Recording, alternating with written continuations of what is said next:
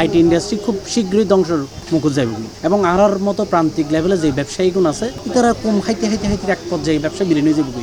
R on average ধরতে গেলে minimum 30 থেকে 40% কাস্টমার কমে গিয়ে ক্রেতা তো এমনিতেই নাই। এখন ডিসেম্বর মাস শীতের সিজনে এমনিতে কম থাকে, তারপর আবার হঠাৎ করে মূল্য বৃদ্ধিতে অবস্থা আমাদের খুব শোচনীয়।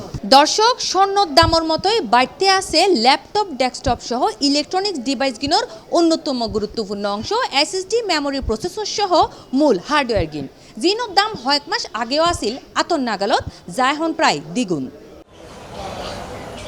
সম্প্রতি প্রথম আলোর প্রতিবেদনত হওয়া মাত্র এক সপ্তাহের ব্যবধানে DDR4 ও DDR5 রেমর দাম প্রায় দ্বিগুণ গিয়ে একই তথ্য উড়ে এসে আন্তর্জাতিক বেশ কিছু মিডিয়াত মেজিও বিশ্লেষণত দেখা যায় বিশ্বজুড়ে চিপ নির্মাতা প্রতিষ্ঠান গিন কৃত্রিম বুদ্ধিমত্তা বা AI ভিত্তিক ডেটা সেন্টার এবং উচ্চ প্রযুক্তির ফোনত বেশি গুরুত্ব দেয়। এর ফলে সাধারণ ভোক্তা বাজারত মেজি র্যাম সহ বিভিন্ন মেমোরি ফোনের সরবরাহ হমিজার এবং দাম বাড়ের, যার ফলে দেখা যায় অর্থনীতির ল অফ ডিমান্ডর বাস্তব রূপ দামর বৃদ্ধি হমার ভোক্তার চাহিদা, যার মূল প্রভাব পানি এখন দেখা যায় আইটি ইন্ডাস্ট্রিত মাঝে ক্রেতা শূন্য তাহাই অলস সময় হারার বিক্রেতা কলে। বর্তমানে মার্কেটের তো অবস্থা ভয়াবহ।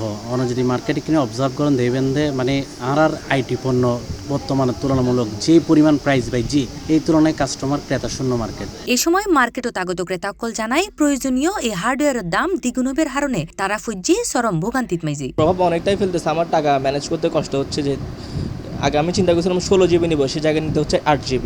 সো আমার থেকে এটা দাম বাড়ার ফলে আমার জিনিসটা কম কিনতে হচ্ছে, আর আমার সিস্টেমেও ক্ষতি হচ্ছে।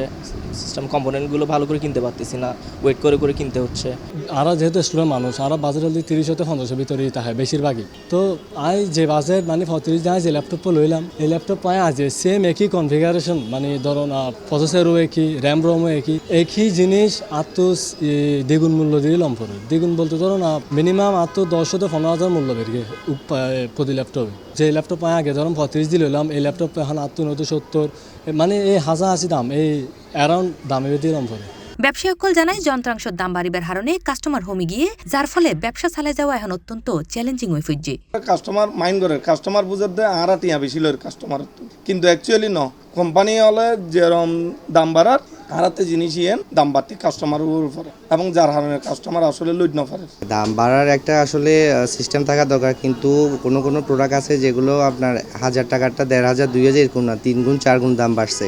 স্বাভাবিক আমিও যদি ক্রেতা হয়ে অন্য কোথাও কিনতে যাই, স্বাভাবিক ক্রেতারা ভাববে কি ব্যবসায়ীরা সিন্ডিকেট করে এরকম করতেছে, কিন্তু আমরা যারা খুচরা লেভেলের ব্যবসায়ী আছি তারা তো এটার জন্য মোটেই রেসপন্সিবল না, কারণ আমাদের কাছে তো স্টক নেই।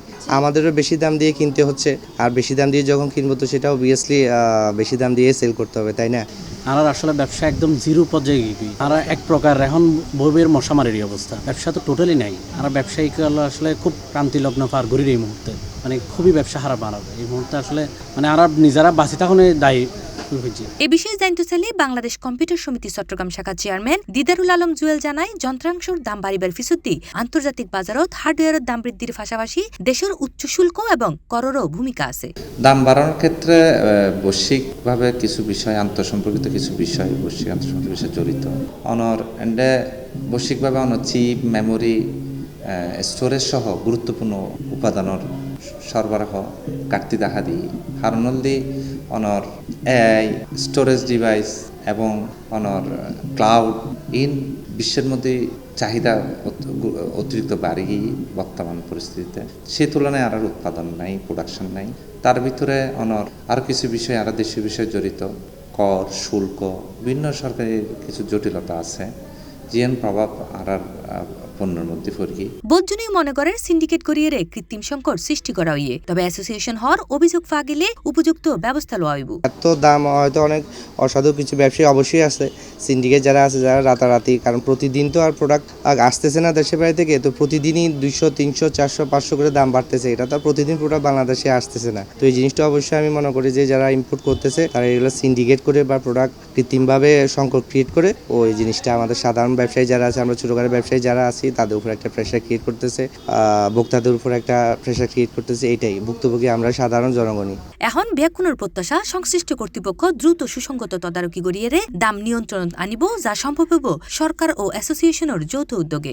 সংশ্লিষ্ট যে মহলকল আছে আরা বিশেষ করে আর বাংলাদেশ কম্পিউটার সমিতি আছে ইতারা আছে আর আকুল আবেদন সরকারিভাবে হোক যেহনভাবে হোক ইতারা উপরের মহলত এই জিনিসগিন সুষ্ঠু তদারকি করি যেনে জিনিসগিনের সঠিক দাম আর নাগালতাই এবং আর কাস্টমার যাতে জিনিসগিন লুটফানা আর এই আহ্বান করছি মারা না এই ধরনের যদি চলতে থাকে আইন আর মতো এটা যত ব্যবসায়ী আছে ব্যাগগুলো আসলে মরা ছাড়া আর উপায় নেই।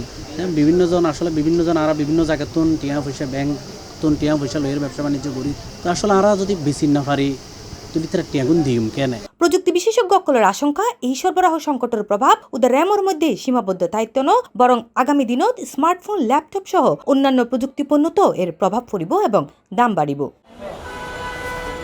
তবে আশা করি অতি শীঘ্রই দামর ঊর্ধ্বগতির লাগাম টানি ধরিয়ে রে আবারও হার্ডওয়্যার গিনর দাম মিন ফিরিয়ে আইব ক্রেতাসকলের আতর নাগালত মেজে তলেই ফিরিব ব্যবসায়ী এবং ভোক্তাসকলের মাঝে স্বস্তি আর চাঙ্গাই উড়িব আর আইটি ইন্ডাস্ট্রি। সাজিদা ইমা, C+ টিভি, চট্টগ্রাম।